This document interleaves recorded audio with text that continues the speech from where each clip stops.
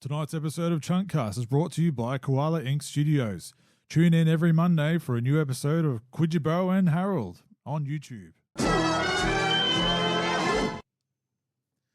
Alrighty, let me bring this image up just to paint the picture of what I want to talk about here. So, Netflix has just bought Warner Brothers, right? Okay, let's get that out of the way, and I'll talk about that secondary to this topic. So, for those of you who are unaware, Zack Snyder, master of the Snyderverse, he did Man of Steel, Batman v Superman, he ushered in Wonder Woman and the Suicide Squad and his Justice League and all that kind of stuff. Zack Snyder's Justice League movie is amazing, and I don't care what anyone says. I think it's a masterpiece, and I would love to see it finally resolved.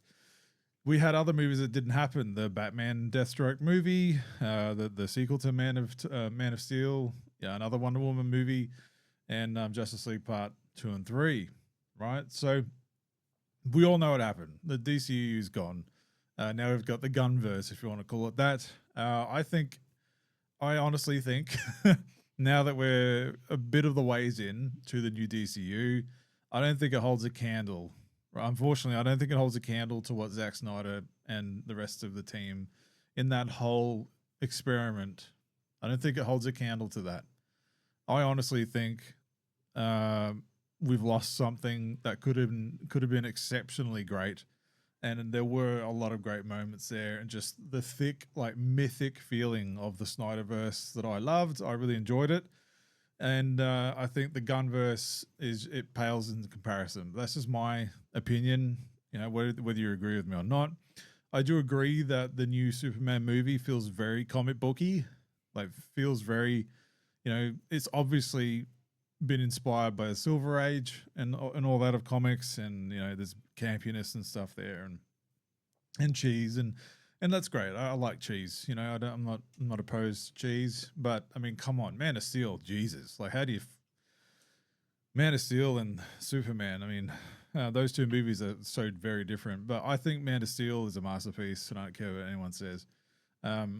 Anyway, let's get into where I want to go with this. So, Netflix and Zack Snyder had that relationship where he did a bunch of content for Netflix. It wasn't Netflix. It was HBO Max that essentially financed, Warner Brothers and David Zaslav, I think it was at the time.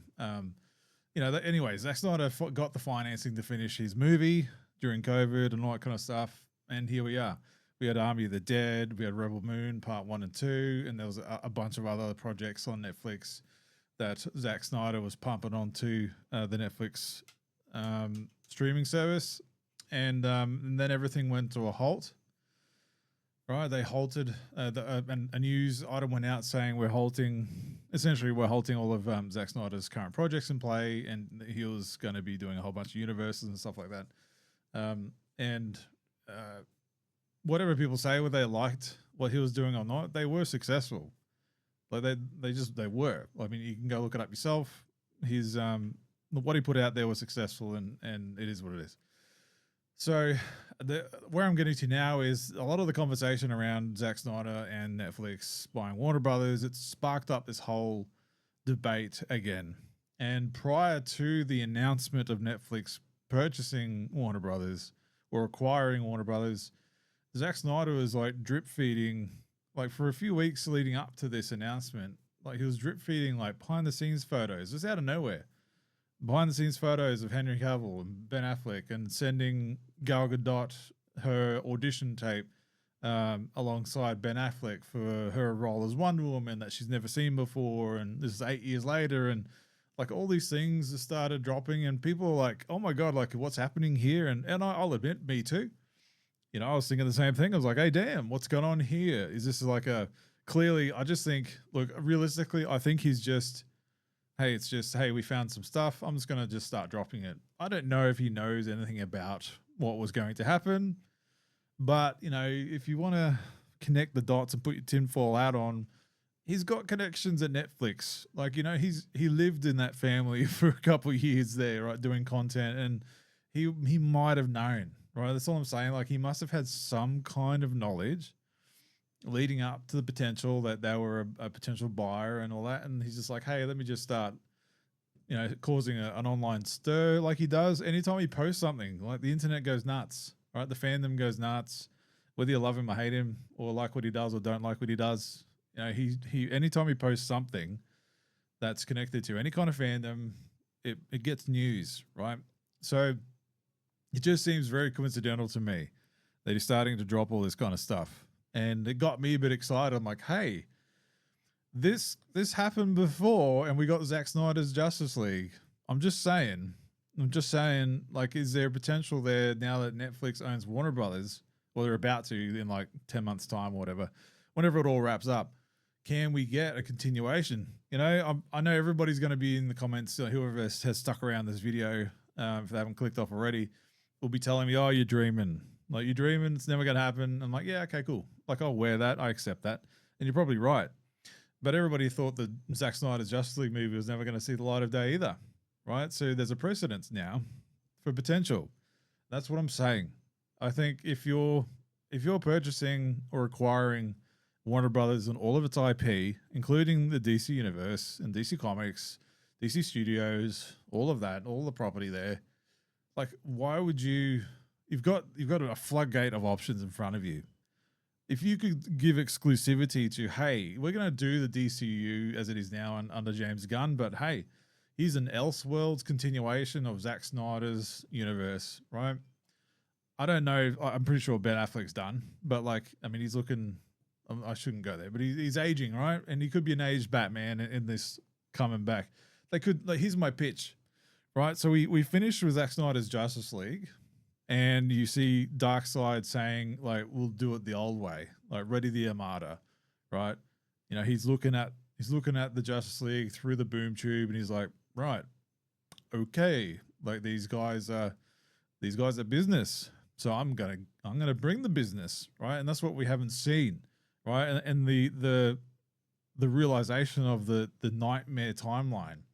And what happens during that nightmare timeline, and all the timey-wimey stuff, and all the everything. I don't want to spoil it if you haven't seen anything that's been released about the potential storyline that could have been in Justice League 2 and 3. But it's epic, man. It sounds amazing. And it's like, yeah, I can't believe we got the movies that we did, right? Like, there's no way Man of Steel, Batman vs. Superman, and Zack Snyder's Justice League would get made now. It just wouldn't get made. Like, it's just, I can't see a world where it will get made because everything's so risk adverse, right? And those movies and that take of that, oh my God, that take of that universe that he built was a risk. But I think it was a risk worth taking because it was epic. I loved it, right? And we got robbed of Deathstroke, Joe Manganiello as Deathstroke across from Batman's, Ben Affleck's Batman. We got robbed from that. I would have loved to have seen another solo Henry Cavill led Superman movie and just like tie it up with Justice League 2 and 3 and then call it, right? If that's what you're going to do, sweet. But I honestly think there's a glint of potential here. And, I could be like simping for something that doesn't need to be simped. But, oh man, I'm not completely bought into what James Gunn's doing with his DCU. It's just, I was so invested in what Zack Snyder was doing. Like, I was picking that up. Everything that he put down, I picked it up. I loved it. I ate it up, man. I was all in.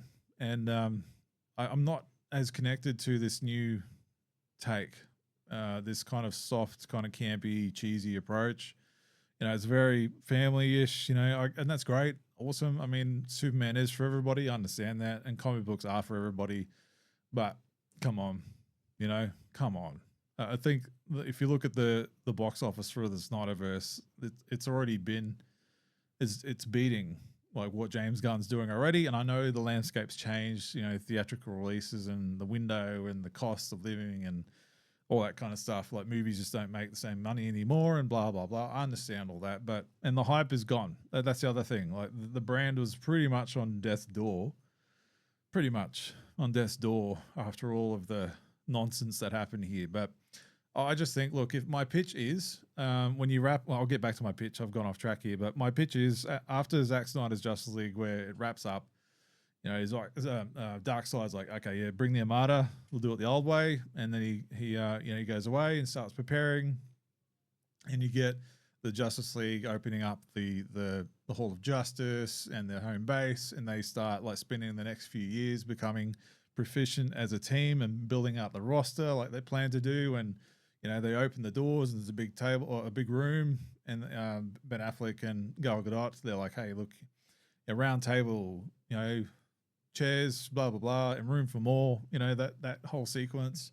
And you come back and everything's established. They're an efficient team. They're saving the world, all that kind of stuff. And then it's in real time. Like we've had like 5 years or 8 years since the last movie or whatever, 2021, right? Yeah, about four or 5 years. So if you do it in real time, you know, they would have aged, right? And you come back 5 years later, Darkseid turns up, you know, and starts just wreaking havoc like the planned story was. You know, they're a team that have bonded over those years and they've built out the roster, and then you just take it up from there.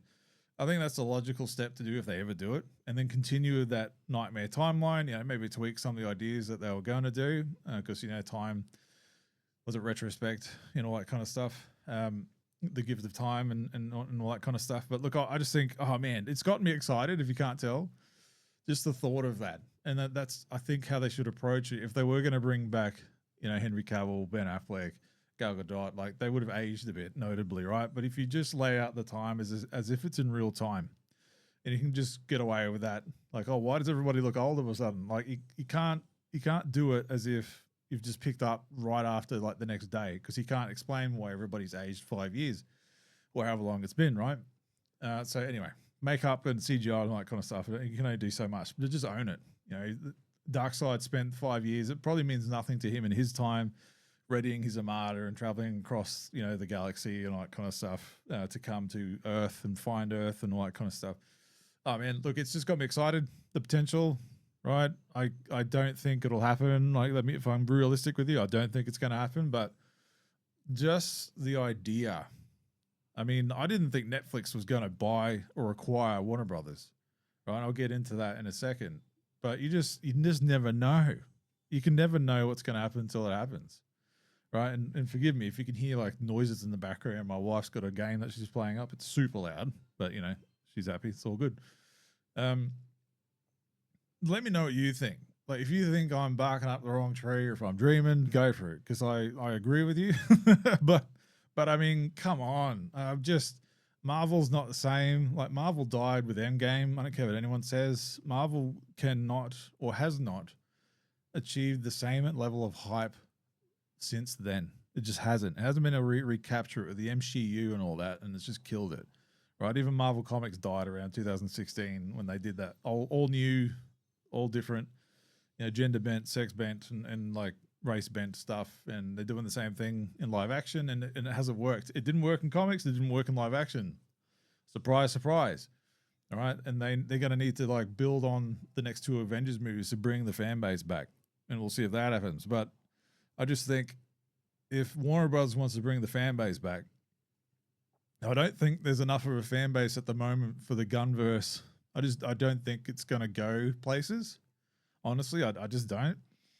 I don't think it's going to go where they want it to go. But the hype, man, like if they announce, yeah, we're doing Justice League Part 2 and 3 to wrap that Snyderverse up and call it a day and make it a moment, right? You can do those movies back to back and just wrap it up. Away you go, right? Oh man, God, just give it to me, man. Like, just I want that so bad. I can't tell you how bad I want that. I want it really bad. But anyway, let me know what you think. Happy to hear it. Happy to be shot down.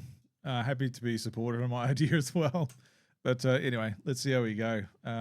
Cool. All right. Well, next thing I want to go over is the actual acquisition of Netflix and Warner Brothers and my thoughts of that. So let's hook right in.